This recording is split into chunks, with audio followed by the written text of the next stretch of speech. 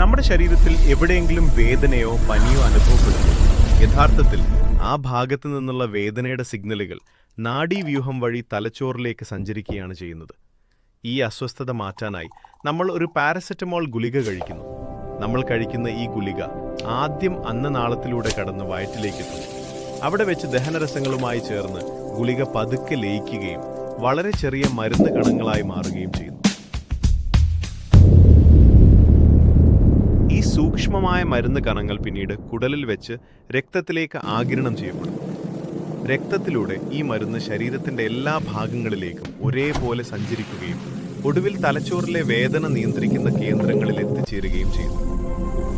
നമ്മുടെ ശരീരത്തിൽ വേദനയ്ക്ക് കാരണമാകുന്ന ചില പ്രത്യേക രാസവസ്തുക്കളുടെ ഉൽപ്പാദനം തടയുകയാണ് പാരസെറ്റമോൾ ചെയ്യുന്നത്. ഇതോടെ തലച്ചോറിലേക്കുള്ള വേദനയുടെ സന്ദേശങ്ങൾ കുറയുകയും പതുക്കെ വേദന ശമിക്കുകയും ചെയ്യുന്നു. അതുപോലെ തന്നെ ശരീരത്തിന്റെ താപനില നിയന്ത്രിക്കാനും പാരസെറ്റമോൾ സഹായിക്കുന്നു. ഈ പ്രവർത്തനങ്ങളിലൂടെയാണ് മരുന്ന് കഴിച്ച് അല്പസമയത്തിനകം നമുക്ക് ശാരീരികമായ ആശ്വാസം ലഭിക്കുന്നത്. പാരസെറ്റമോൾ സാധാരണഗതിയിൽ സുരക്ഷിതമായൊരു മരുന്നാണെങ്കിലും കൃത്യമായ അളവിലല്ലാതെ ഉപയോഗിക്കുന്നത് ദോഷകരമാണ്. നിർദ്ദേശിച്ച അളവിൽ കൂടുതൽ കഴിച്ചാൽ അത് കരളിന്റെ പ്രവർത്തനത്തെ തകരാറിലാക്കും. കടുത്ത മദ്യപാനം ശീലമുള്ളവർ ഈ മരുന്ന് കഴിക്കുന്നത് കൂടുതൽ അപകട സാധ്യത ഉണ്ടാക്കുന്നു. ദീർഘകാലം തുടർച്ചയായി പാരസെറ്റമോൾ ഉപയോഗിക്കുന്നത് വൃക്കകളുടെ ആരോഗ്യത്തെ ബാധിക്കാൻ സാധിക്കും. ഒരു ദിവസം മുതിർന്നവർക്ക് കഴിക്കാവുന്ന പരമാവധി അളവ് സാധാരണയായി 4 ഗ്രാം 4000 മില്ലിഗ്രാമാണ്. ഇതിൽ കൂടുതൽ കഴിക്കുന്നത് മാരകമായ വിഷാംശത്തിന് കാരണമാകും. പലതരം പനിമരുന്നുകളിലും വേദന സംഹാരികളിലും പാരസെറ്റമോൾ അടങ്ങിയിട്ടുണ്ടാകാം.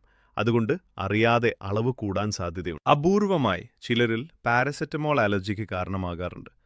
തൊലിപ്പുറത്ത് ചുവന്ന തടിപ്പുകൾ, ചൊറിച്ചിൽ അല്ലെങ്കിൽ ശ്വാസതടസ്സം എന്നിവ അനുഭവപ്പെട്ടാൽ ഉടൻ മരുന്ന് നിർത്തണം.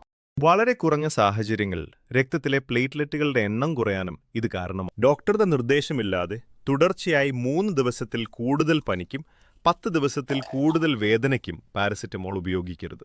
ഗർഭിണികളും മുലയൂട്ടുന്ന അമ്മമാരും ഡോക്ടറുടെ ഉപദേശം തേടിയ ശേഷം മാത്രം കഴിക്കുക.